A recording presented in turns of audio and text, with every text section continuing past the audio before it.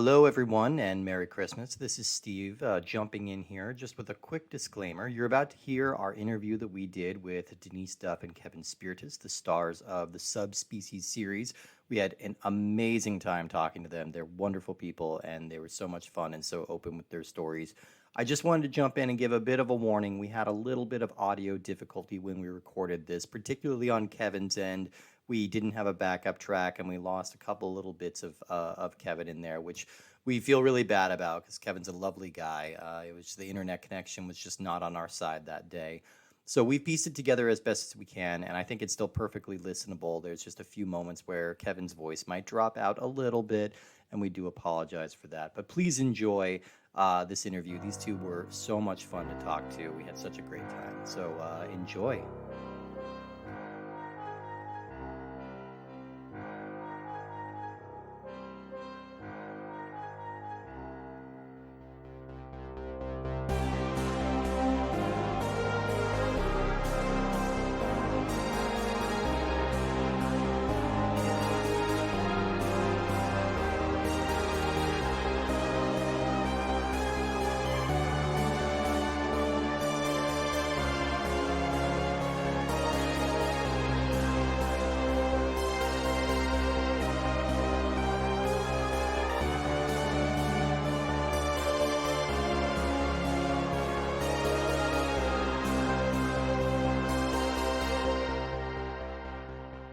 Welcome back, everybody, to another episode of Puppet Masters and Castle Freaks, the internet's leading all things Charles Band podcast. If you're a first-time listener, you probably didn't know such a thing exists, but, well, here you are, and you're in luck. My name is Jared Hornbeck. I'm one of your hosts, coming to you from a castle in Romania. I'm sorry, I'm actually coming to you from Brooklyn, New York. And I've got my trusty co-host with me, who's co-piloting with me here today. Well, it's me, Steve Guntley, a little monster made from your blood. I'm very excited to be here. I'm coming here from Austin, Texas. We have a very, very special episode for you guys today, and I'm really excited to dig into it. We have two full moon luminaries who are joining us today, who have been with one of the preeminent series of the entire franchise. Jared, who are we talking to today? So we have two amazing guests with us today. The first guest who I will introduce, you know and love her as both the portrayal of Michelle in Subspecies 2, 3, and 4, and Helena in Subspecies 5, Blood Rise, which came out this year, or recently. Mm-hmm. Yeah, huge fan favorite. I'm talking, of course, about Denice Duff. She is, definitely endeared herself in the hearts of Subspecies and Full Moon's fans with those portrayals. And we also have a very accomplished actor, writer, and producer. You know him as King Vladislas and also as Mel in Subspecies 2 and 3. You've also seen him in some early horror sequels like Friday the 13th 7 and Hills Have Eyes 2. I'm talking about Kevin Spirtas. Guys, thank you so much for joining us. We are thrilled to have the two of you with us today. Thanks for having. Thank you. Oh my, so many fantastic adjectives have been used. Yeah, the only adjective we didn't use was that she is definitely the best ever. Definitely. Well, we can't. Definitely. There's nowhere to go from there, so cut. We're done. Literally, I have never had that moniker on my name in the 30 years I've been married. Oh my God. Definitely. That seems like a real missed opportunity. You definitely should. If I must say so, you definitely should from this point on. So I love that. I said 30 years. Ironically, I get married to this sweet rock and roller who moves to Los Angeles from a small town in Massachusetts, and little did he know he wound up marrying an eternally lovely vampire. Yes, and we've seen Subspecies 5. Yeah, but I think Denice has bitten him, so I think he's now eternally a hot rock and roll vampire daddy. I was going to ask if there's some kind of like vampire blood going on here, because you two look incredible. You have not aged at all, and it's really exciting to be able to talk to you both here. Really, we sorry, I'm all nervous now. No, question away, because literally Kevin and I could take this entire podcast by. Oh, and we just lost her. we lost her. We lost her. Oh, you're back. You're back. You're There back. she's back. Yeah, we will not We- hijack this. We will not we hijack could- this we- podcast. You absolutely can. I mean, We could take this. it's. You know what I'm going to do? Oh, here we go. Here we go. This part will be edited. I got it. So Okay, here we go. I don't doubt that you guys could totally take over this podcast, because that's the sense that I get from the camaraderie and the relationship. And I think that was one of the reasons why we really wanted to get both of you, because it just felt like this would be such a fun, natural conversation. And so before I give my introductory question, I just want to preface a little bit my own personal history with Subspecies, which actually doesn't go back that far. So I grew up, if you've listened to any of our earlier episodes, listeners know this, Steve and I have a very similar upbringing where as kids we loved perusing the shelves of the video store and picking out horror movies based on the cover art. And we we decided to do this full moon podcast, but both of us don't have like an incredibly rich full moon history from our childhood. And so I remember vaguely seeing boxes here and there, but with Subspecies, it really eluded me. And then as I started learning more about Charles Band and Empire and Full Moon as an adult and reading more about him, I sort of lumped Subspecies in with like your Ginger Dead's Men and your Evil Bong and Killjoy and stuff, to where I was like, oh yeah, and Puppet Master, although I felt like Puppet Master was the most known with the biggest footprint, I guess you'd say, for Full Moon. Sure. And I remember not knowing much about the series, and then a couple of years ago I threw the first one on and I went, wow, I was wrong about this. Like, this is an artfully made and it's still, a full moon movie. It's still a low budget movie, and it's bound a little bit by budget and time and stuff like that. But I thought, wow, this doesn't feel like the sort of cheap digital or shot on video type thing I was expecting. I had a real misconception about it. And then I watched Subspecies 2 because I was like, all right, well, I'll keep going through the series. And full disclosure, I'll just throw this right out there now. I told this to Steve on off mic this week. Subspecies 2 is my very favorite full moon movie. And Right. having watched it for the first time this week, I have to say I'm inclined. It's definitely way up there for me as well. It feels like, And I believe it was on film. I feel like I have to say that. I believe It was on film. These were shot on film. Oh, yeah. The one that went on video, unfortunately, was part 4. Okay. At that Yeah. time. But Yeah, no, you can there tell. was many a check the gate, big mad film in a third world country. Getting those to us was very precious and time consuming. So, Yeah, but it makes a difference. it does. And You I can also tell have from to the tap- beginning. I have Yeah. to throw out the fact that you guys used to peruse the video stores. Mhm. Yeah. Video stores. We used to. No, Kevin. we've told this we used to have We like don't a. have that anymore. I know, I miss it. We used to have like a video store inside our grocery store, like in my small town in Colorado where I grew up, and my yes. mom would just kind of drop me off in there while she went and did her shopping, and I'm walking around memorizing every VHS cover. I'm just like that kind of nerdy kid. So that's and the cool thing about doing this show so far is we've met a lot of people who had that same experience growing up. So I wasn't just the only I will weirdo. say that when we did movies Yeah. back in the day, it would be a thrill to go to the video store and go, oh, there's our movie. Oh, that must be there's so our cool. imagine. Oh. So, yeah.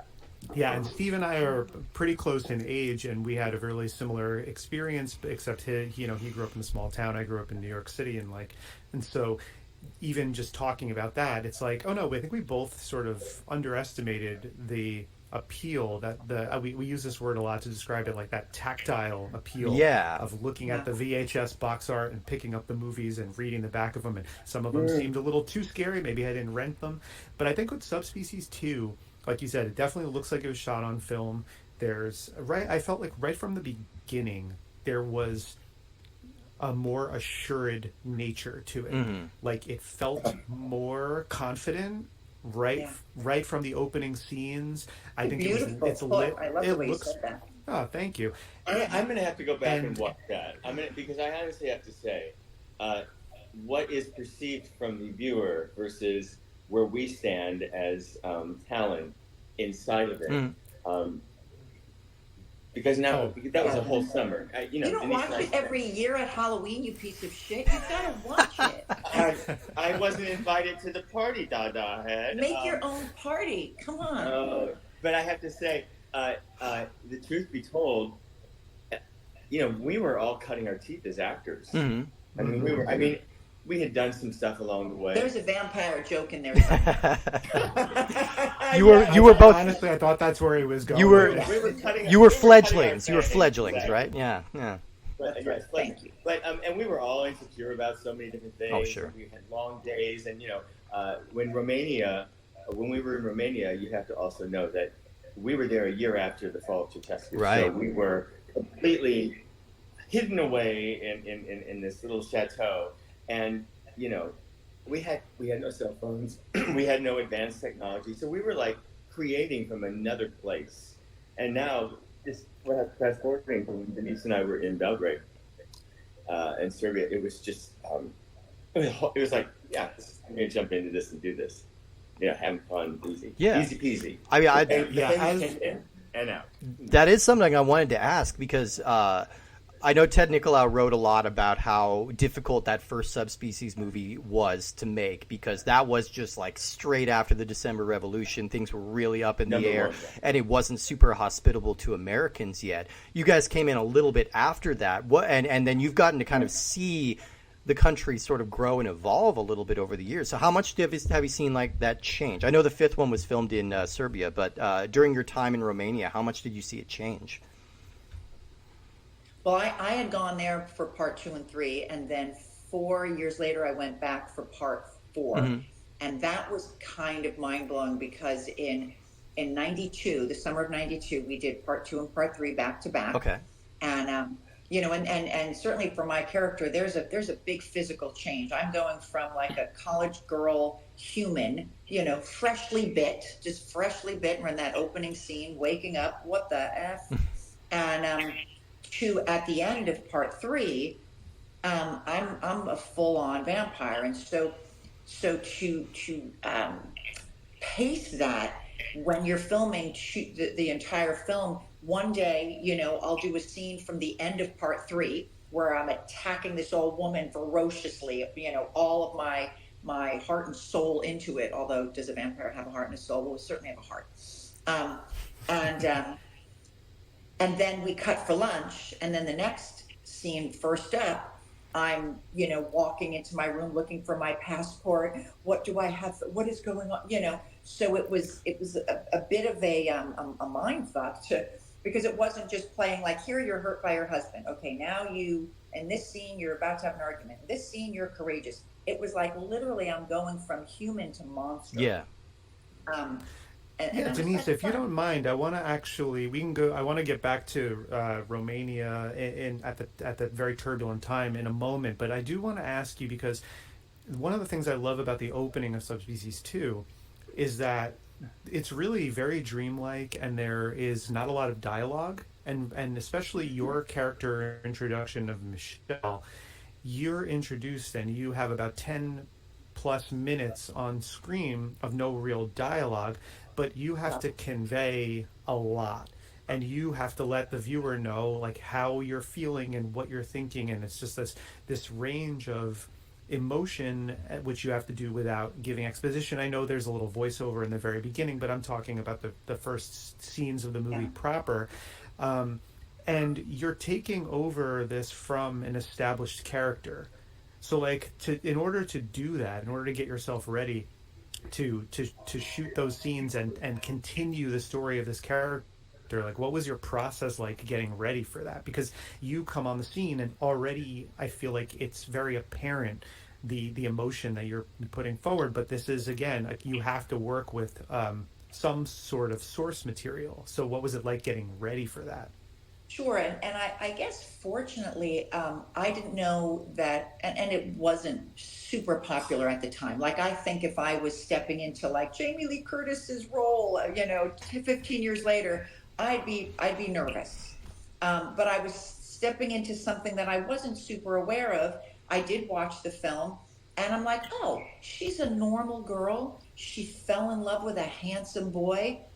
I could play a normal girl falling in love with a handsome boy, and now you're fucked. You're in a situation. You're by yourself. You're away from everyone and everything you ever loved, and that was all very, to me, that comes very naturally. Like you can.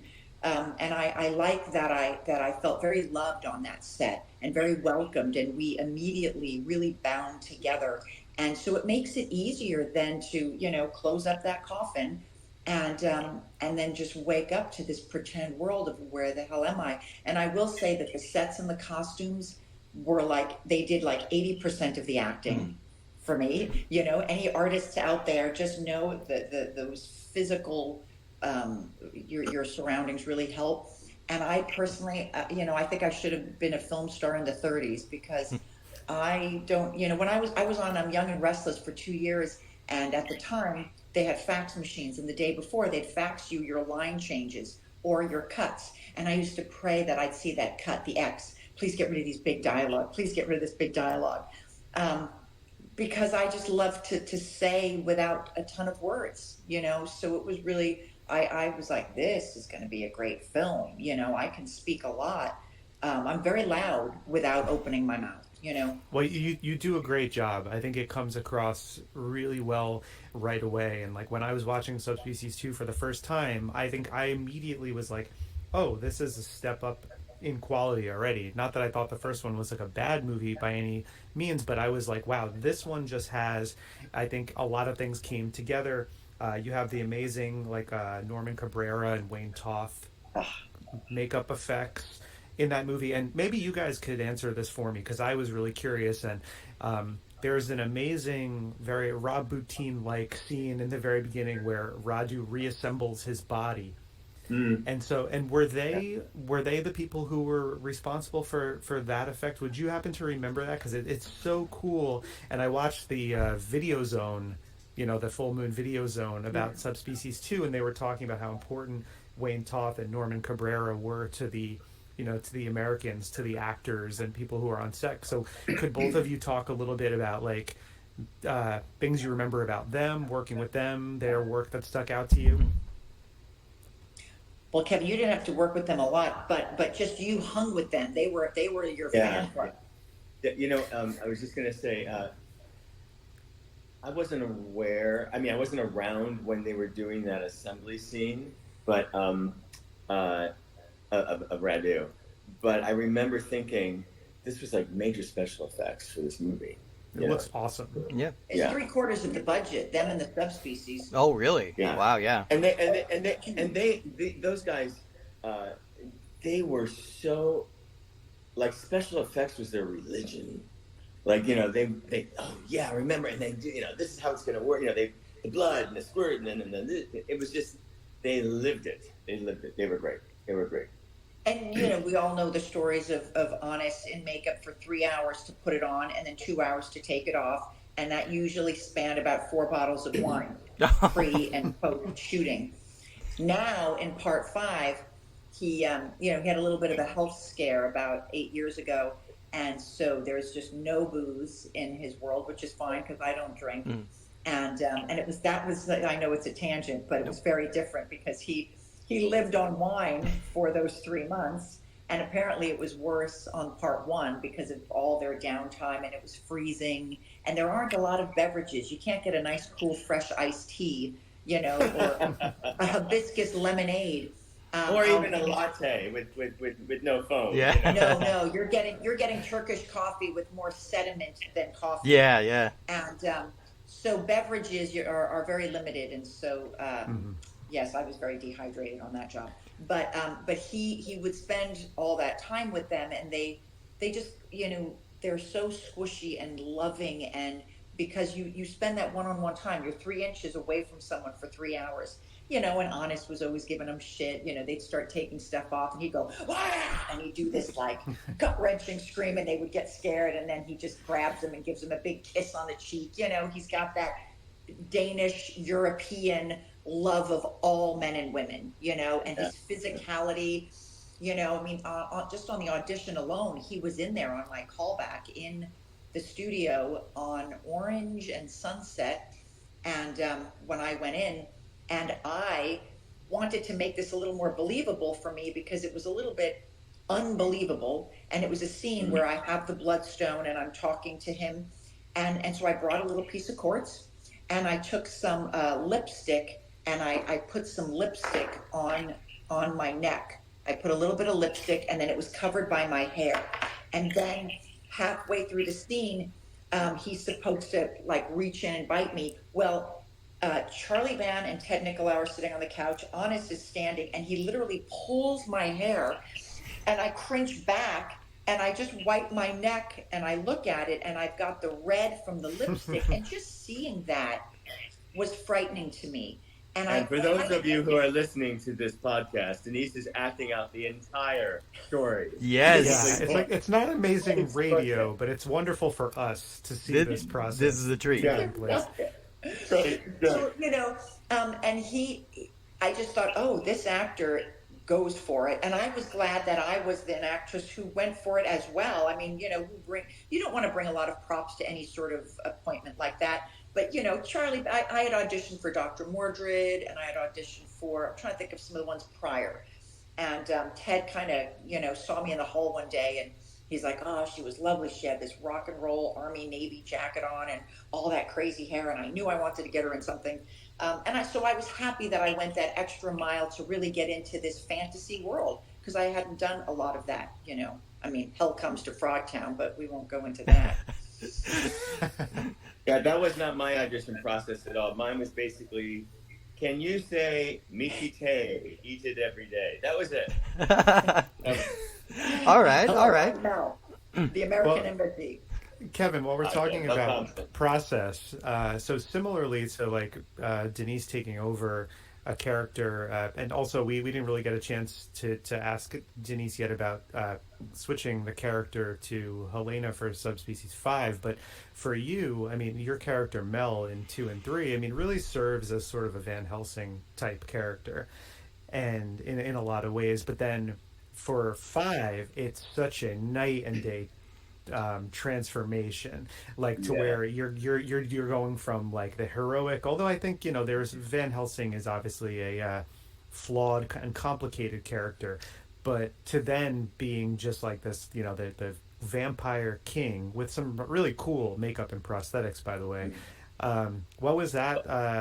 How did you approach the role differently going into Subspecies 5, and was it your idea to come in as this completely different role?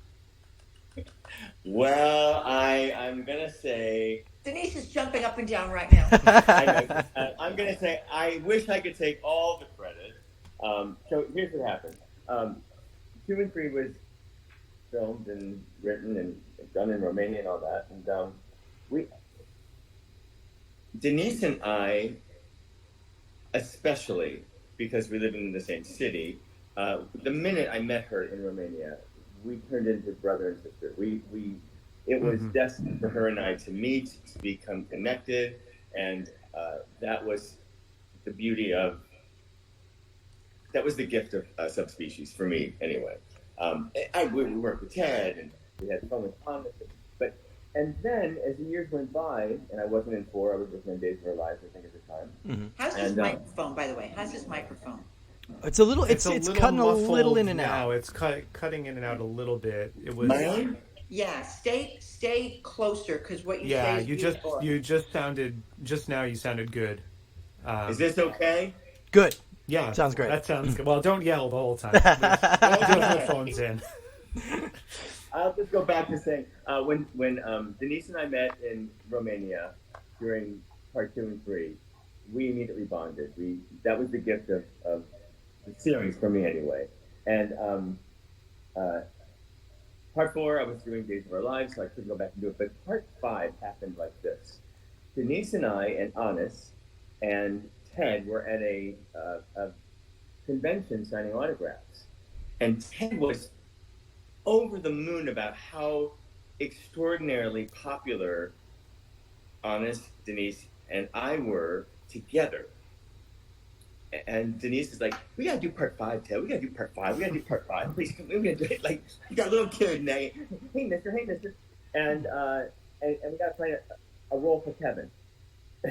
Well, Mel Thompson's dead, and sure enough, it just came down to the fact that I would basically do any role with be back with these three people because we were a family and we were going to have fun no matter what role I did, whether Mel is resurrected or I became Vladislav. And special effects, there was an idea for me to, Ted wanted me to, because it was a prequel to the series, you know, I had to be another character, obviously. And Ted wanted me to be unrecognizable. And I thought, oh, this is great. I get to hide behind a mask and all this makeup.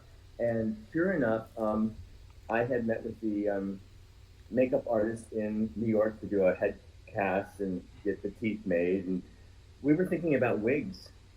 And I just said to him, what do you think about bald? You know, and that's how the look came to be. Well, you know what? Given how Angus Scrimm, who I love generally, looks in Subspecies 1, I think he made the right choice with no wig. Yeah. It's not a great wig. Well, I was thinking if I was going to wear a wig, it would be more Cher-like, and I would have whipped it around and worked that hair. But I thought it was really something special to be unrecognizable and to. You did a good job because I saw your name in the credits, and when I saw the Subspecies 5 at Alamo Drafthouse, the whole introductory scene with you in it, I didn't even realize it was you. And in my head, I was like, I wonder when he's going to come into this play here in this movie. Yes. And it wasn't until the resurrection later on that I went, oh, that's him under all that makeup. Like I did not even realize. It wasn't your day of reckoning. It's unrecognizable. Yeah, when you said that line, I did not, watching it in the theater, did not catch on that was you. Well, and so just a quick aside. Oh, sorry, go ahead, Steve. Yeah, it sounds like you guys and Ted and Anders kind of working together were sort of the drivers to get Subspecies 5 done. Is that about right? Yeah, we started going to a lot of conventions and we just like pushed on it, you know, and we got someone to be more of a dedicated social media for the Subspecies. And we just saw that, okay, time's ticking away, you know, hi, Michelle's 50, you know, Radu is 60. And, you know, and we were all set to go actually on June 19th of 2020. And of course that got pushed. I have to say, I do feel very much Did something happen then? I don't really remember. I know, it was just a bad dream I think we all had for a while. But I felt very much like Moira from Schitt's Creek. And I don't know if you saw Schitt's Creek. She was so excited to do The Crows Have Eyes, part 5 or 6. And then it gets canceled. And literally, I had just moved from Manhattan where I was starting a skincare company. And unfortunately, my mother had passed in Clearwater, Florida, leaving me this free house so that I could literally like stop paying $5,000 a month for rent in a sexy Manhattan apartment and put it into my company. So I move, and 2 months later, the pandemic hits. And then, but I've got a film I get to do. Well, that went down. It was like, and Moira also signed autographs at conventions. Yes, that was a very, you know, living in a 55 and over community that I wasn't even old enough to live in. So it was a weird time. And Subspecies, the hope of that, like everyone in life, like you need to look forward to something. Yeah. You know, when I feel the older you get, you absolutely need things to look forward to. And, you know, I had done a little Lifetime movie of the week thing, you know, and before it, but this was like, this is what I was dreaming of, you know. The script had come in while my mother was ill, and I'm like, Mom, I get to do this, and my daughter's middle name. My daughter is Paris Helena, you know. She's 27 years old, and now I get to be a Helena, and so it sounds very serendipitous. Yes, it really was. Yeah, and when Denice said you have to have something to look forward to. A parallel life that I was living was I was creating a series that was doing very well. In its second season, we're going to the third season, and then my collaborator died during COVID. Sorry to hear that. COVID. But we didn't know when my series was going to happen next. So Denice and I were like, let's get this going. And we were like rallying rallying to be together in another foreign country. Because if you've ever traveled with Denice Duff, it's definitely the best way to travel. See that little callback there? I saw a little trademark sign pop up on the screen, so Yeah. make sure you keep a handle on that before people start using it pretty liberally. That's some royalties. But the fact that some fans, not dissimilar to like you too, Steve and Jared, these two young fellows who were producing movies in Albania and in Serbia. You know, they're in their 30s. One of the guys, they work out of frickin' New York and Brooklyn. Hello, do you know them? Seeger. I don't know who are they. What are the names? Seeger and Justin, and they have this production company, and they've been doing like amazing genre horror stuff, and they. Like, I think they reached out to Charlie Band and was like, look, I can get a shitload done for very little money with a huge amount of production value.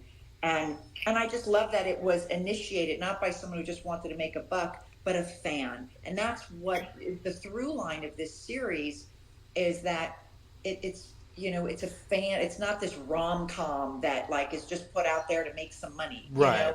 You know? It's about family, and it continues on because of this family and the 4 generations that come to my tables for autographs. You know, their 6-year-old kid wanting an autograph who's seen the film, and their grandfather who got the DVD in 1995. Yeah. You know? Well, that feeling is palpable because when I went to Alamo Drafthouse, and the names that you just brought up, they do sound familiar. I'm pretty closely linked with a bunch of indie filmmakers in Brooklyn here too, so I'm going to look more into that. Good. But when I went to Alamo Drafthouse, the funny thing about it was, like you said, that this started to gestate sometime around when COVID started, which coincidentally happened to be probably around the time that I visited these movies for the first time, because I really didn't know much about them until I started to read. So Steve and I both, the reason this whole podcast started is because a couple of years ago, Steve and I mentioned to each other that we had both read, we were working on another show together, and we had both mentioned we read It Came from the Video Aisle, which is Dave J. And William Mess and Torsten Dewey's book about full moon features. And I was like, oh man, like another person read that? Cool. And so we talked about it, and then Charles Band's autobiography was coming out, and I talked to Steve and I said, you know, why don't we grab that when it's out, or maybe it had just come out. And it's like, because I really want to read that, because I've watched a lot of the full moon freak show stuff, and I've watched a lot of these full moon behind the scenes, and I mean, Charles Band is someone with no shortage of stories, so I was like, I can only imagine how that autobiography is going to go. But when Subspecies 5 was coming out, there was a real air of like, no, this is awesome, like there's a Subspecies movie and it's going to be in theaters, and like, you know, and when I went to the theater, I really went in not knowing what to expect in terms of what kind of crowd it would draw, and it had a big crowd. People were into it. People stayed for the featurette behind the scenes after the fact, and I think there was just this general feeling of like people excited that this property that they feel strongly about is not only revamped, but not in a cynical way. It's like by the same people who like it and who want to keep it going, and it felt very sincere. And I think that whole attitude that you're describing and getting it made comes across on the screen. Like it was, even in the screening, was kind of like everyone kind of glancing at each other like, pretty cool, huh? I mean, I'm goosebumps, by the way, just saying. Amazing. I did get the impression from, like, you know, I'm still fairly new to the series and I've kind of gone through them all, and I did get the impression that from the very beginning there was a little bit more care and a little bit more prestige put into this series. It feels like it's kind of trying to be a little smarter and a little more enduring than the average full moon fare. Was that intentional from the beginning? I think part of that is because this was Ted's baby. This is Ted. Mm-hmm. Ted had worked at Full Moon. He'd worked with Charlie for years. He's known him for years. But I think Ted was kind of given full reign, if you will, to move this story forward and to get this done and to create from a place of and he picked great director of photographies, you know, who really give a shit about what is composed in that frame and using the right lens for the right shallow depth of field, so The it doesn't look like, Vlads, I'll call them. Yeah. yeah. The Vlad. Right. But I think that's the top of the list for that question. Is the answer is it was all about Ted. Okay. And Ted was the one who wanted to present something of higher quality, of higher story power, and excitement value. That's what I want to say. I think what this had, what the series has, and even though, you know, like anything else, and especially when you're dealing with a series within like a low budget studio, there are peaks and valleys, and I feel like 2 and 3 for my money was where it really told a nice arching story, and then I really enjoyed the prequel aspect of 5. But I think what those movies magic. have, Yeah. That was magic. no, it was amazing. I And what think they these nailed that. movies Yeah. have is vision. I think when you have Ted Nicolau as the writer and director and the person in charge of this, like, I think you feel that, and I think so it's a return of a director, return of a writer.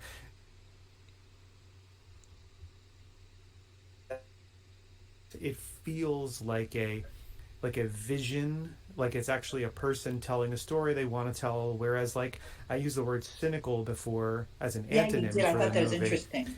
because I think there are sometimes you can look at some things and say, oh well, this is a cash grab, or this is cashing in on something, Exactly.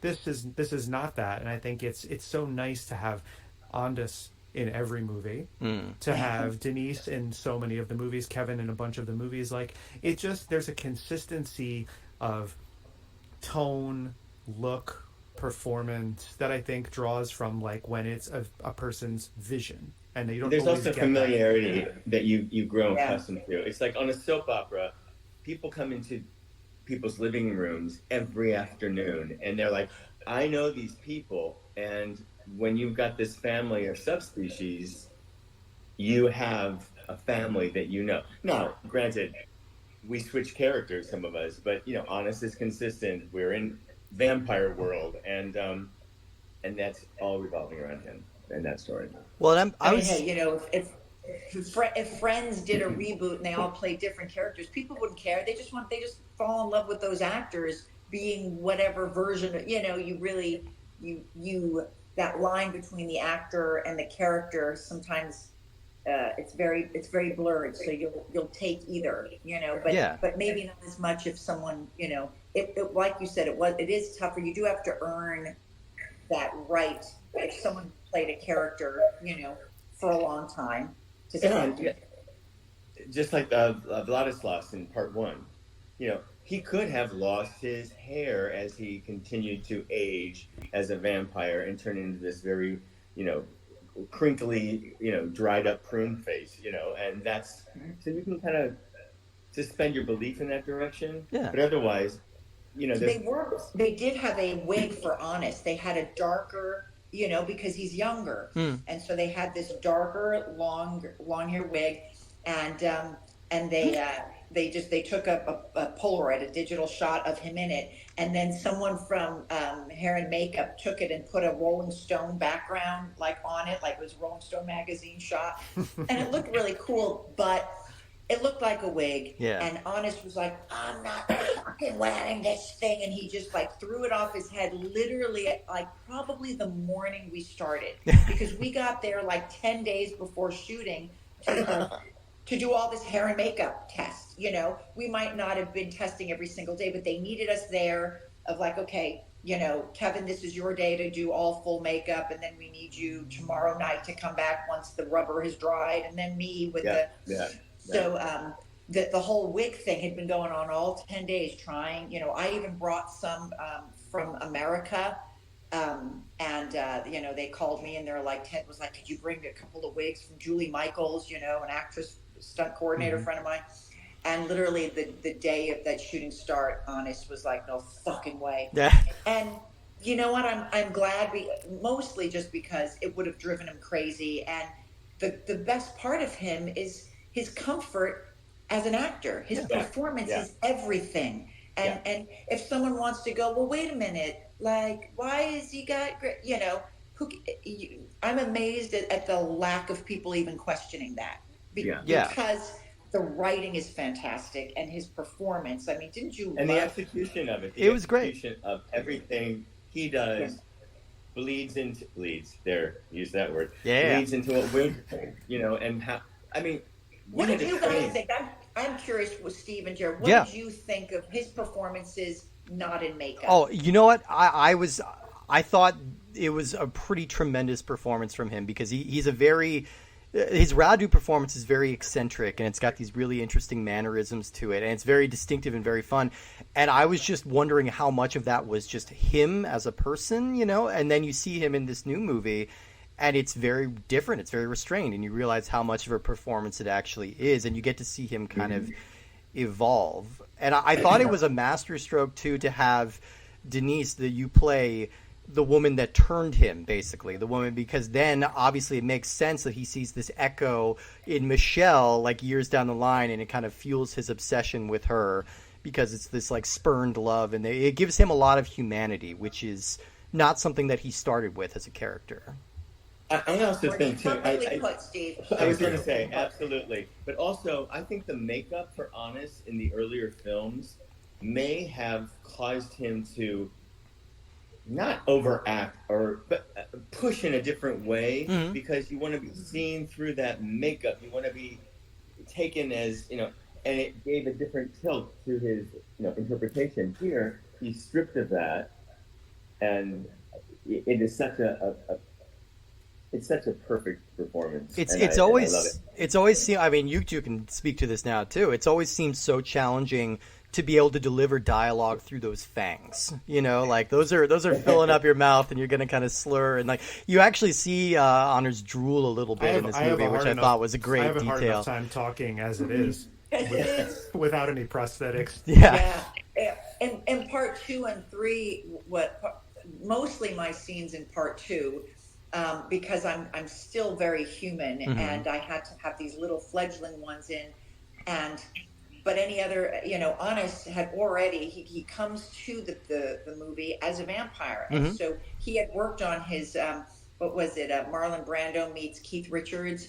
That was kind of his cotton balls in the mouth. Yeah. He had a whole thing that justified, plus he has a Danish accent. Right? Yeah. And so it just sort of it was fluid. Whereas I'm still having to say to my sister with fangs, please don't look at me like this, and because if you have real fangs, it shouldn't affect how you speak. Like then that just makes it fake, right? So it's important that your mouth is accustomed to it. So that took some drilling on my part. I definitely called home to my husband back. I'm like, it's not fair. Your Honest has this great voice, and you can't tell, but me, I still just sound like a pretty girl, and I got these like things on, and I'm spitting. So yeah, I had to, and they actually did make smaller fangs for me then. And I told Ted, I said, you can't have me do these speaking scenes with these long fucking saber tooths coming out. Oh yeah, that seems like such a pain. Yeah, and then like having to act through that is so difficult.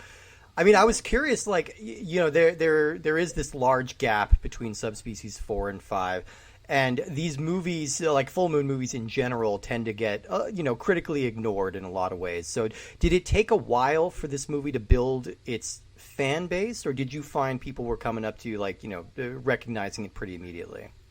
You mean part 2 and 3, like when those came out? Oh, yeah, exactly. Yeah.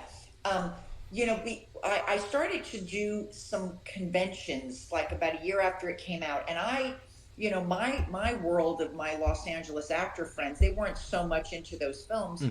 But the first time I went to a convention, and when I was next to Linda Blair on one side and Bobby Zadar of Maniac Cop on the other side. One of the greatest faces in the world. Yeah, and I think we got cast together in Hell Comes to Frogtown because the director thought we both had these great big jaws. Now I think his was from a fucking disease. Yeah, I was gonna say you do not. I wouldn't really compare. I wouldn't really compare. Yeah. Oh my God. I was so flattered and also horrified that fans were showing up with Blockbuster VHS videos that say "Be Kind, Rewind," and I'm like, dude, you stole this. You fucking stole it. And I'm having to sign it, but I'm going to sign it for fucking $30, you know. But meanwhile, like you've got to pay your due on there now. Like last year when, or even this when we went to Horror Hound, I did sign a couple VHSs, and I didn't mind because now it's a different world. Oh, but yeah. Back then it was so. Yeah, it but was they such didn't a actually sin. steal it. They didn't actually steal it. They just didn't return it for so long that their dues kept. So by the time they paid their dues, they owned it anyway. Yeah, you so know? that's how you skirt any legal action. I think I did that with some library books in my Yes. lifetime. But Denice has a list of names anyway. Yes, 30 years ago, you'll get a knock on your door. You're an enforcer for So when that Blockbuster. started coming in, and then I went to Full Moon for something, and they're like, "Oh, we have a bag of fan mail for you," and I'm like, "What the what?" You know, that was like 1995, and then of course once the internet comes in, and in 1999, 1999, I got onto Entertainment Tonight, and they did a piece on. A little thing on Charlie Van, and they interviewed me. And one of the clips from Entertainment Tonight of that guy, he said, Denice Duff has got so much fangdemonium that she even has her own website. which was a novelty. She definitely has that is. fangdemonium. Yeah, she definitely does. I kept that clip Definitely. on my demo reel. I kept it on my demo reel, but this is how fucking vain I am, and I'm not really vain. I edited out the part that said she has some. I edited out the part that says she even has her own website because I didn't want to date the comment. I just liked that the fact that the guy from Entertainment Tonight was saying my name and talking about all the fanness that I have. But I edited out that she even has her own website. It's like. Wait, That's such a calling card in '98. You're one of the 10. But it was, yes. But this movie created that kind of like, that's like, I did have a website before any of my friends, and I had to have a fan club, and I sold magnets, and I still to this day have people take a picture of their magnet on their refrigerator, and it was a cover of Femme Fatale magazine, and that they paid their $5 for. But 25 years later, it's freaking adorable. It's so cool. Yeah. No, it's so cool to see it endure, and it really did feel like the fifth movie was kind of a victory lap. It kind of felt like this culmination of this fan community that built up over the last 25, 30 years for this series, and that's why it did feel like a big enough deal that this got released in theater. Full Moon movies do not get released in theaters, but this got a little theatrical run, and that must feel so cool. It does. It also, our world has changed. Yeah. Our world is changing. So, I mean, I'm so famous I can't leave my house. Yes. That's why we're doing the podcast. So, the truth be told is that evolution of our storytelling is also changing from the mechanics behind it. We didn't have cell phones and computers in Romania. To get a phone call out to the States or in from the States, it took 3 days. Wow. Or 2 days, put the order in.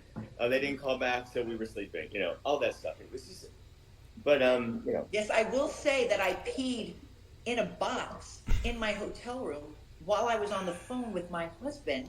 I was 26 years old, and it took like 6 hours to get a line from Romania in 1992 to Los Angeles. And by the time, and it rings in your room, and the room, the cord is, all of 6 feet, which did not make it to the bathroom. And I wasn't about to say, honey, wait.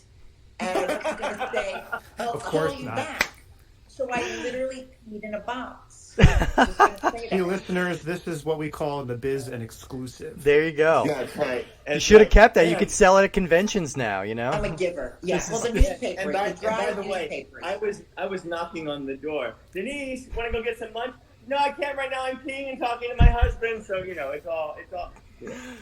Oh, that's amazing. I will say this. We had the fact that we were this little nucleus of a family in Romania is what I think the core of Subspecies is about. Yeah. I mean, that's how this whole amoeba of Subspecies moves in and out. And, remember the Blob Remember Yeah. the original Blob? The Blob comes through the two doors of the theater and it goes around the ticket booth and then it comes together. I just that's us. We're sub-blob species. Just kind of And congealed together. I think Yeah. you can. I think you can sense that, and I know I was talking about how the second movie you get this feeling of a sure-handedness to it, and I think one of the things I really like, why I prefer the second movie over the first movie, is because Andres's performance is very theatrical, a lot of Nosferatu, and I think in the first movie maybe it was just because there wasn't the proper time or care, or wasn't really no one really knew what this thing would turn into. I think in the second movie he's matched more with people who can sort of bring the same energy, and I want to kind of take that and turn it towards Subspecies 5, because one thing I felt was it was super nice to have Andres in it and Denice in it and Kevin in it, but I really thought that he found some other actors like Stasia Nikolic, who I think really, she's very striking, very captivating, and then I think also Marco Phil, I'm not sure how to pronounce his last name, Yeah. Filipovic. Yeah. He who plays Ash, who's a character that's introduced in the Offshoot movie, the vampire journalism movie. Yeah. And what I really like is that the two of them, for being brand new to the series, fit right in, and the type of performance they give matches the tone of the movie. I think when you make a gothic vampire romance, you kind of can't help but have it to play up melodrama, and I don't mean that as an insult. I think it's actually something that's necessary for these types of genre movies, and I think those two actors really gave similar performances that matched you guys in energy and tone, and that's why I feel like something I really liked about 2 and 5. So what was it like working with them as newcomers to your little circle? Well, Denice actually worked with them more than I did, but I will say this. I think they stepped right into the family. They stepped right into the nucleus of who we are, who we were vibrating, and our energy. And they were ready to play, and they were ready to step up. And they are talented kids, people, adults. Even who played your son? He was amazing too.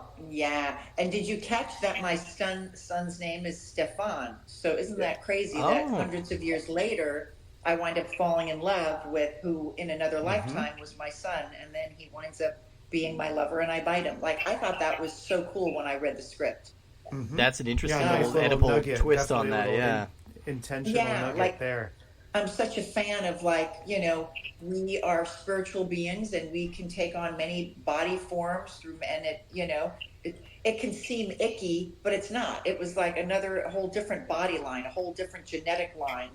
But it's the same energy spirit, Yeah. Yeah, Denice, the scenes that you have with them where you're sort of fighting Radu to be their master, I thought I felt like everybody was bringing the same level of commitment to the performances, which I really appreciated, and it was just one of the aspects of that movie that I really liked. That scene was super fun, and we all enjoyed it. We had so much. There can be cunty behavior on set. I could be that aging lead actress who's resentful of a younger, beautiful woman on set. I could go all about Eve on it. Maybe I did have a couple of moments, but that was my own little. I just love that Denice Duff is quoting old movies. You are so earning your thespian card today. You're speaking my language here. I love it. Mm-hmm. Right? There's cinema geeks, Yeah. And but because. We, Honest and myself, because the leads who have come from it were so embracing to them and just thought they were so fascinating and lovely. And they're newer actors too, so they were excited. It wasn't like if we were to maybe do this in America with some young starlets who had a bit of an ego. There might have been. I was just going to say, Denice is a masteress at this, and I say this with absolute love. Denice can look at any situation, be open to it, and not get all fucked up in the head about, well, that person's coming in and doing this again, and I can't. No. She knows, this is why I fell in love with her. She knows the route and she knows how to get from A to B and eventually down to Z because she can absolutely assess the situation and go, the highest good of all this is going to be if I show up and play. So I'm a good witch. I'm the good witch. yeah, you're a good witch. But and it's extraordinary to watch. It's extraordinary to watch because you're welcome. Because she and I and Honest too, we come from now a place of experience. So if you're going to hold on to your limitation and fight for it, that's what you're going to keep getting. But if you rally for your abundance with this person's talent coming at you and you can hit it back or swing it back, I mean, it's move the ego out of the way. Yeah. So we all just had so much respect for them as they did for us. And I love that you saw that came out, because doing that scene of, bite your tongue or I will behead her too. Like, it was so, and for me, I mean, I love getting to have some strength, anytime I tried to be strong in part 2 or part 3 and even part 4, Ted would be like, bring it down. It's like I was always this reluctant, bitter, shameful, pained vampire. Yeah. And so I love the idea that, I mean, okay, my first, even the first character, when she's not fully vampire, she's just wanting love, but also has this little, like, I think she's under the influence of the bloodstone, and that's where that little evil starts to come. Drinks, no one will know but you or I. I mean, there was a little bit of cunt in there, but it wasn't all. She was under the influence. And I do, I did have to equate it to drugs. I've seen people go completely change and put their darkness on others because of something that they're on. And I played into that, and you're battling, like your good heart is battling this drug addicted person you're turning into. And so, like, right from the beginning, and I think that's even why you said when, the beginning of part 2 is I really treated this as a girl who goes to Romania, gets addicted to drugs and has this fucking, drug dealer that she's beholden to, because if she doesn't, she'll have these withdrawals, and then is humiliated when her sister comes to save her. Like, it's more humiliation. The more you love someone, and someone who's seen you be at your best, and now they're seeing you blood drenched all over your neck. I mean, that's humiliating. And and I love that I could bring that reality into it, because then otherwise I'm just like, oh, I'm playing a vampire. Let's jump in, and it would be a fine performance, but it wouldn't have the heart. People wouldn't have the layers. It wouldn't have. You couldn't find any humanity in it. It would just be like, I love to suck your blood. Right. I think you really, especially in part 3, I think you really found a super interesting dynamic with Anders, where part 2 is all about you trying to fight this curse and trying to find your way out of it, and part 3 is like, okay, well, I guess this is my life now. I should start maybe tentatively dipping my toes into the pool here, and like, maybe Radu's not such a bad guy. Maybe this is just like the life I need to live. I thought there was such a really interesting dynamic that you two found in that one, where you're not totally giving in, but you're also, the doors may be a little open, and I thought that was an interesting strike. And then with 5 you get to do this totally different character where you are kind of badass queen of the vampire types, which is just such a fun turn to see you do. And they both work, because like some of my favorite scenes in Subspecies 2 are the ones where you fled and you're walking down the streets of Romania, and you go into this cool gothic metal nightclub is a really fun one. But there's just a lot, like I mentioned before, there's a lot of facial expression acting, there's a lot of the way you're carrying your body acting, and the way when you enter the club, you kind of slide into it. That was completely directed.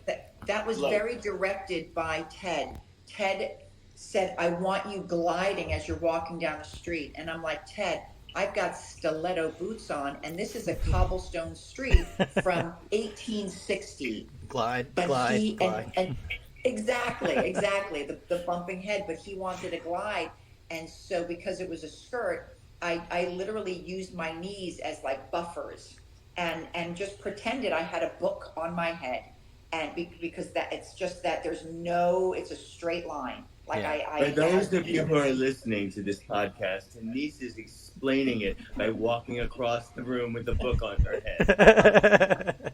On Doing cobblestones. an exquisite job. Amazing, you have cobblestones in your apartment. That's amazing. You know what? It's very interesting. I was just listening to Denice saying, Ted would say to her, "Bring it down, bring it down," because that's what he was saying to me in part 2 and 3. Not that I was over, but you want to make it more contained. Film was still new to me, and working on film. But I love how in part 5 we were able to let it out. Whether it was for my glass or your queen. More. Give me more. Bigger. Yeah. Well, there was a scene I thought that really summed up how close we got as castmates. At the end, we shot part 2 and 3 all June, July, and August. yes. It was all June, July, and August. Mm-hmm. And it was at the end of August we actually it sort of culminated that we did wind up doing almost the very last scene on one of the very last days. And Kevin and I, we were streaking naked in the forest. We were milking cows together. Where's that special feature? That's what I want. And so it was the scene where they're putting me in the body bag. They've got that victim. They've got Melanie Shatner, and they put me into a body bag, and they're trying to zip it. And he comes down to try and zip it, and Ted kept saying, no, just don't stay. Just zip it and go away. Don't. And then Kevin would do it again, and I'm going through like a full drug withdrawal, right? It's basically the sun is burning me. So I've got a lot of, going on. And Kevin, as my friend, is wanting to take care of me. So he's coddling me a little bit too much.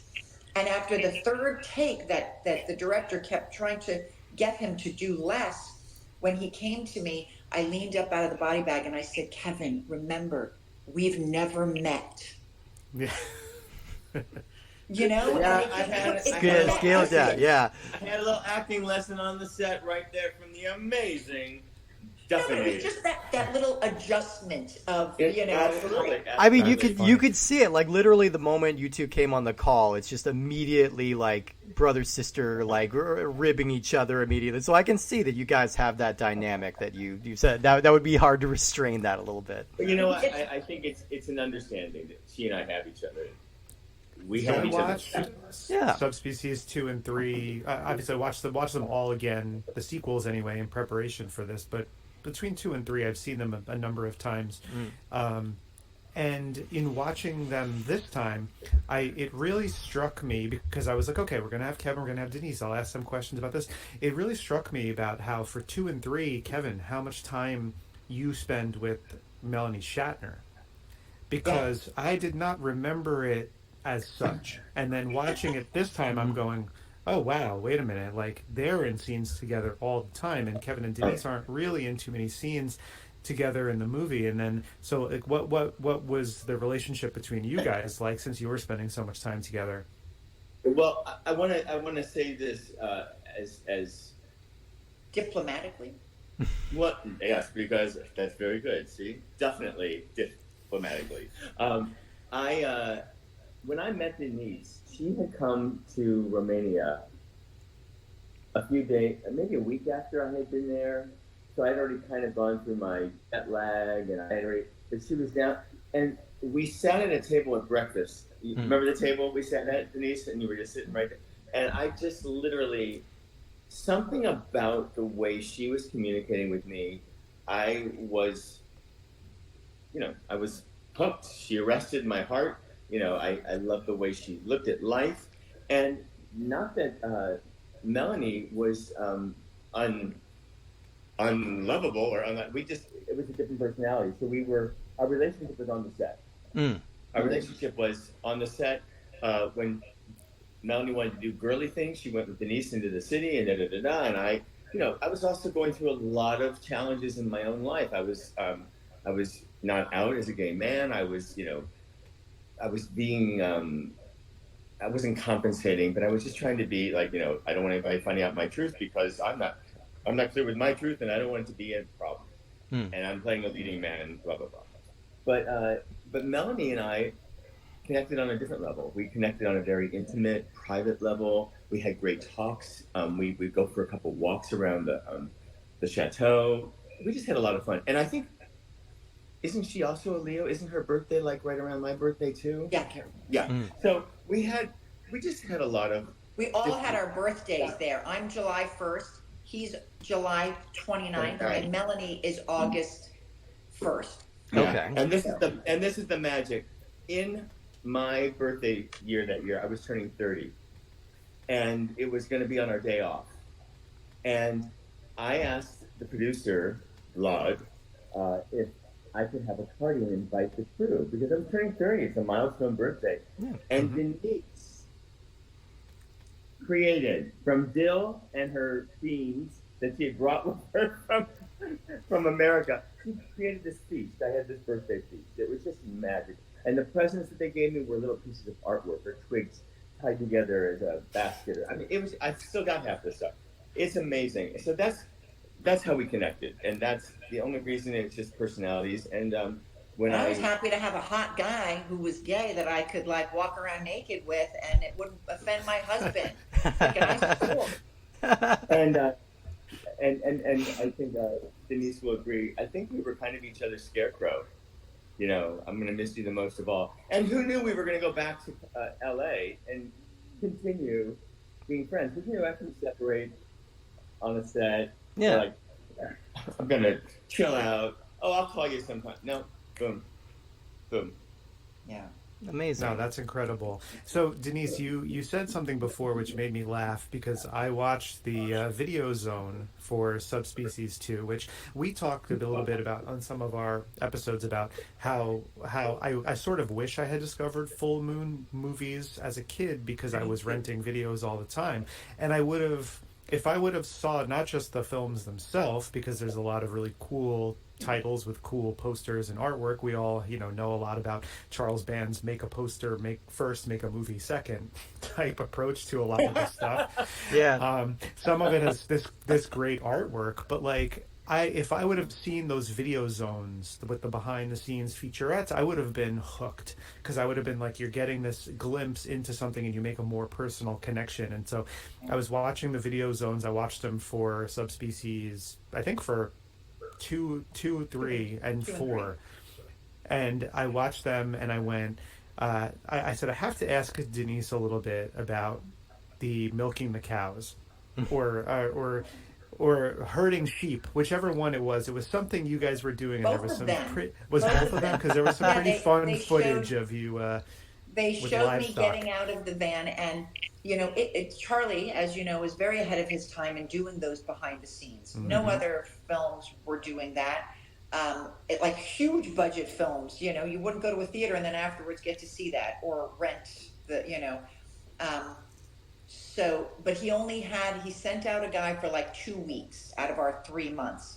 So, he got to travel with us and stuff. But during one of those times, he was in the van with us when there was a massive herd of sheep. And we're sitting there for 20 minutes not being able to get to the set. And, the shepherd is just one dude with like 10,000 sheep. So I did get out and I loved, I would have never, no one had iPhones. Like, how else would I have gotten that footage, And so I did have to help use my, my New York Italian frickin', get out of the road. And then, that was the end of June. And then my birthday is July 1st. And I'd never milked a cow, and they're everywhere there. Like where it's farmland. You're either a farmer or you sell cigarettes or booze. That was pretty much once Ceausescu was dead, communism was lifted. People were still figuring out, what do I do for a living? People weren't starting like, I'm going to start an IT company or I'm going to become a writer. Like they weren't raised with that mindset. So there's a lot of farming, lots of cows, and just the idea of like, I just want to milk a freaking cow. And so Kevin had already figured it out with a cow down the street in Brasov. It's like this skiing town.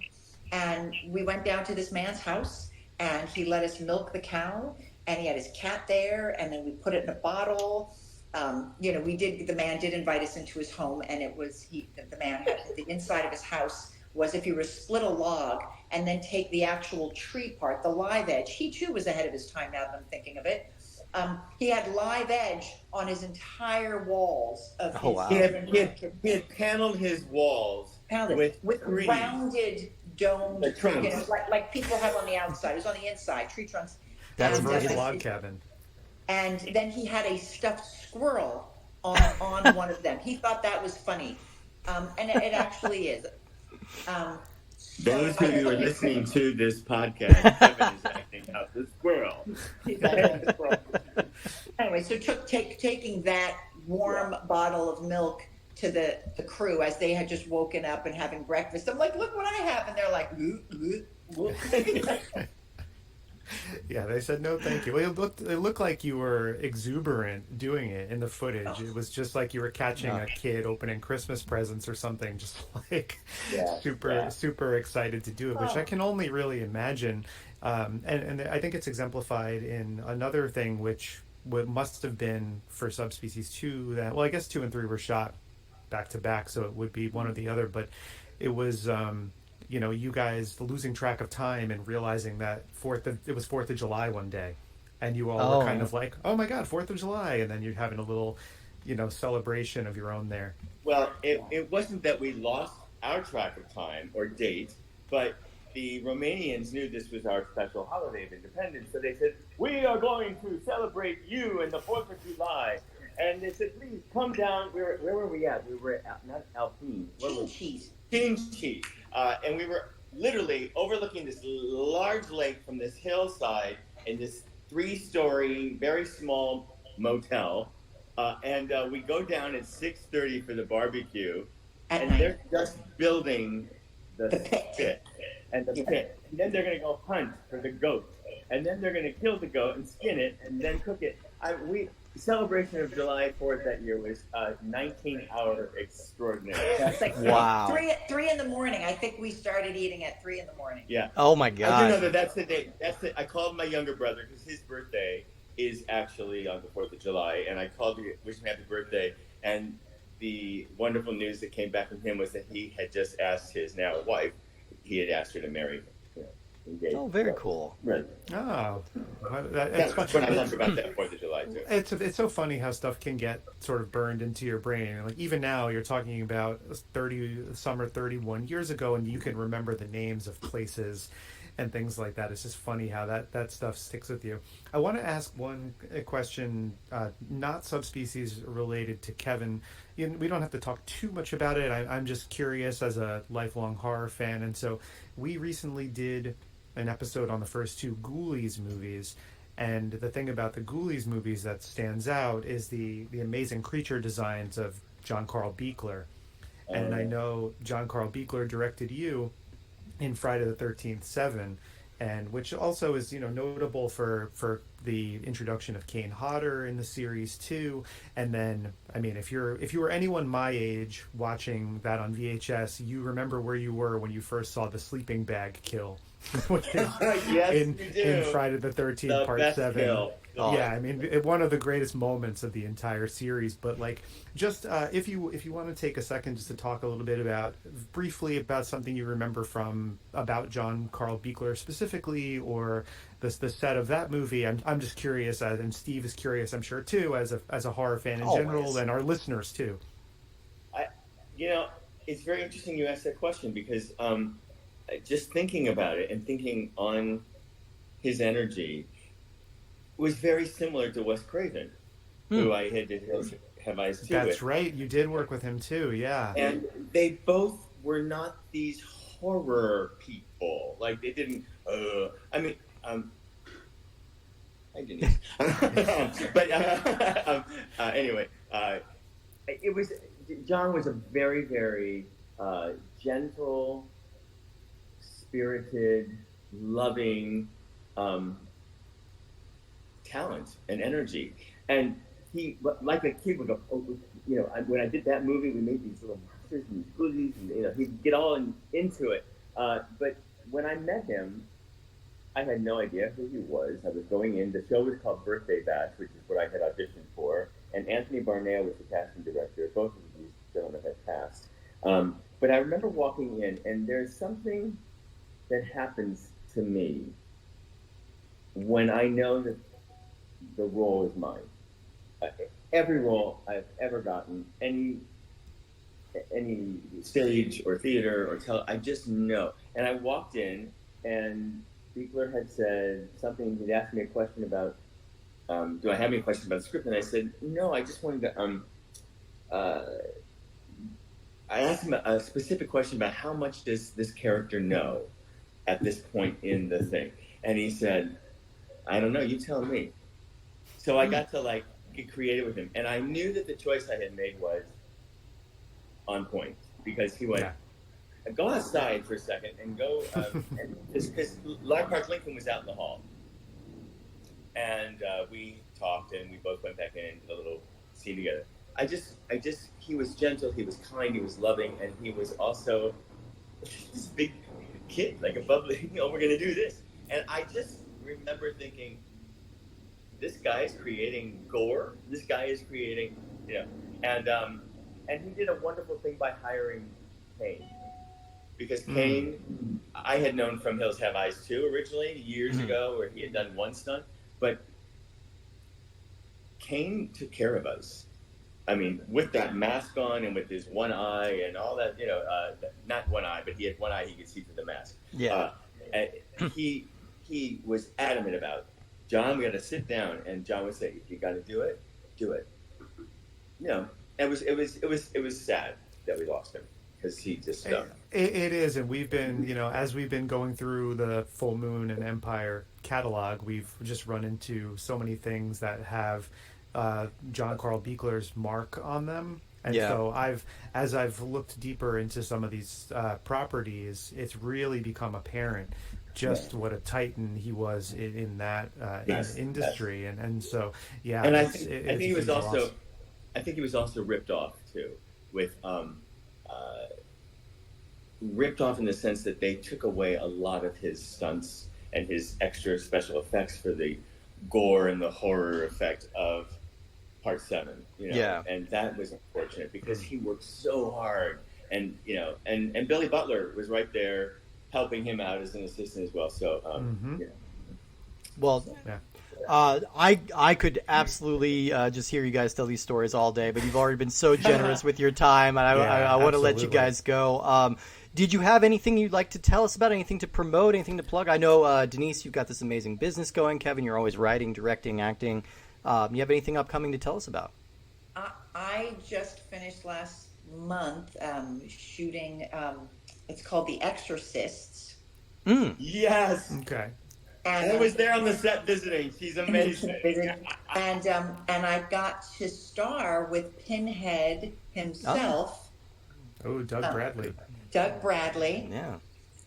And that is going to have and what's that production company that did the Sharknado films? Is it Asylum? Asylum, yeah. It's Asylum Films, and I play a nun. Amazing. And directed by Jose Prendez, who it's just crazy that that's going to have a small theatrical release as well. And I think it's great. Crazy that, of all these films that I've done that have gone straight to video and, you're pounding the pavement and I'm doing TV shows and commercials and, whatever. I've done okay. I've probably made a couple $1 million as an actor and, and I'm not like super famous, but I've been able to like make a living, Yeah, of course. And I think it's so funny that, I get into my 50s and now I have not one but 2 films that have a theatrical release in 1 year, So if I have anything to say to fans of this genre, anything is possible, Absolutely. and social media allows you to reach out and connect with people who you never would have been able to when we were first doing this.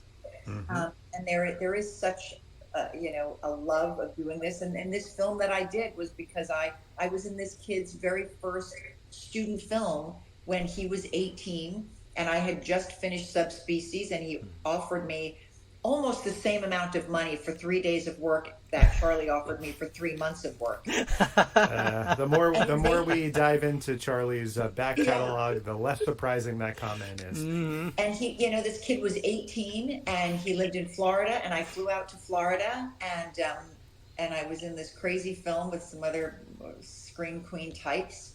And then cut to 26 years later, he's directing films and gets to plunk me in, after 6 different producers. Oh, she's too young looking. She's too young. Yeah, which is a great thing to be told, by the way. Thank you. Oh, absolutely.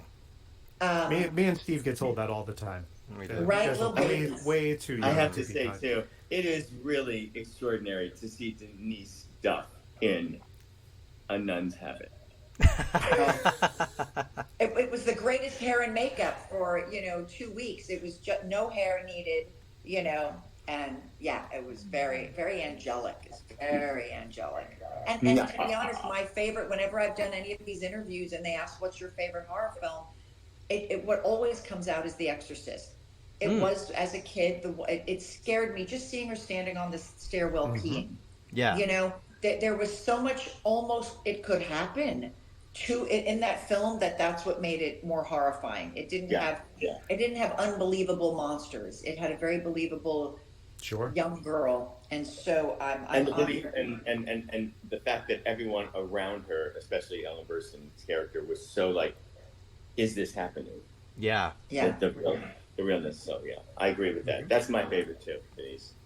Nice. Yeah, so I'm honored I get to be a little part of the Exorcist buzz that will be of 2023 when the big million dollar film comes out. Sure. It was not a it was it was very well executed, crafted to create that Asylum was like, we're just going to put an S at the end of our Exorcist film.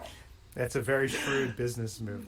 Yeah, we look forward to checking that out. And Kevin, I just want to say, you prefaced it before, but definitely tell our listeners a little bit about After Forever, because you got a lot of accolades from the show. It was really well received, and definitely I think fans would be interested to know about this thing you've been working on that really gained some legs and has quite a nice reputation. 5 Emmys. 5 Emmys. 5 Emmys. There's a number of It's Emmys. sounding sick. Fantastic. I'll tell you, it's what's amazing is Denise has actually been there along the way to watch all this, ride, and she celebrated it by coming on board as a photographer behind the scenes the first season. After Forever is a story about love, loss, and new beginnings when 2 men in their mid-50s, we call that of a certain age, they have everything in life until one dies, and my character Brian is trying to navigate back to his life as a healed person dealing with the grief around him, and that he goes through. Season 3 is on its way. It's in the can. Awesome. It's sad that my late collaborator Michael Slade could not be here to enjoy the release and the creation and the actual filming of it live. But I know, just like the story After Forever from the afterworld and beyond, he's here watching, listening, and creatively putting his touches, his finishing touches on it. I will also say that he and I wrote it together before the pandemic, and of course we had to wait till that was cleared. Season 3 is that, and I'm writing with another partner now, and creating a time travel love story, which I think is going to blow everyone's mind once that happens. And yeah. That's so amazing. cool. That's so cool that there's so much to look forward to. Oh, and I'm sorry. I've returned to my singing. I'm doing a new show called Peter in the Background about my life and the music of Peter Allen, basically scoring my life. So that sounds amazing. Coming to a city near you. Awesome. But that's amazing that you guys have all this new stuff to plug, and we're super just gracious that you guys took the time to meet with us to do this interview. And I just I came from the video aisle. There's a passage about subspecies 2 and 3, it's in the subspecies series section, and it says that Denice Duff brings a likability and emotional subtlety to the character that wasn't there in the first movie. And it says that subspecies 2 and 3, and I'm going to lump 5 in as well. That's my own personal. I'm amending it by saying subspecies 5 as well. Slicker, less convoluted, wider in scope than Nicolao's initial intent, and no small part in that is you two being involved in the sequels, because I think you really love the energy and infectiousness that you guys brought to the series. And so it's been so much fun to be able to chat with you guys and hear anecdotes and ask questions, and we're just really, really gracious that you decided to join us. And well, you guys are great. Thanks for having us. Oh, well, thanks so much. Great voices. Fantastic. Yeah. Thank you. It's interesting to hear you say that, because anytime I listen to, which I think is common, anytime I listen to anything with myself speaking, I want to immediately shove something in my ears so I never have to hear words being spoken again. No, it's so soothing. I read me bedtime stories. I'll send you some voice memos of some bedtime stories. That's kind of like a little Rolodex. That'll be a Patreon tier, yeah. And when you guys eventually cross into the vlog cast, you guys, you're fun, and you will be able to see Denice and people like her and me talking with our hands. Yes, I love it. Thank you guys so much. Too. Yeah, and so, guys, if you have liked what you've heard of the show, jump on to Apple Podcasts or Spotify, wherever you're listening. Drop us a quick 5-star rating and maybe a brief review if you like. If you want to follow the show on social media, you can access our official Instagram at puppetmasters_castle freaks. You can follow my personal Instagram at _cowboy_Jerry, or Steve at Minotaur Matador. And we are on Threads and X, and we are very easy to reach. If you have corrections or feedback or constructive criticism, or just want to tell us how much you enjoy the show, you can email us at puppetmasterscastlefreaks@gmail.com. We definitely encourage you to check that out. Bringing it back. Beat me to it. It's gonna be a thing. Fraction of a second, Steve. Yes! I was about to open my mouth again and say that, and you beat me to it. Are you kidding me? You guys are the greatest team. Definitely a score here. Big I score. know. I walked away a richer woman from this podcast. That's so nice to hear. Well, that's some amazing praise, and it means so much to us. And just again, for the 900th time, thank you guys so much for joining us. And listeners, we will see you soon.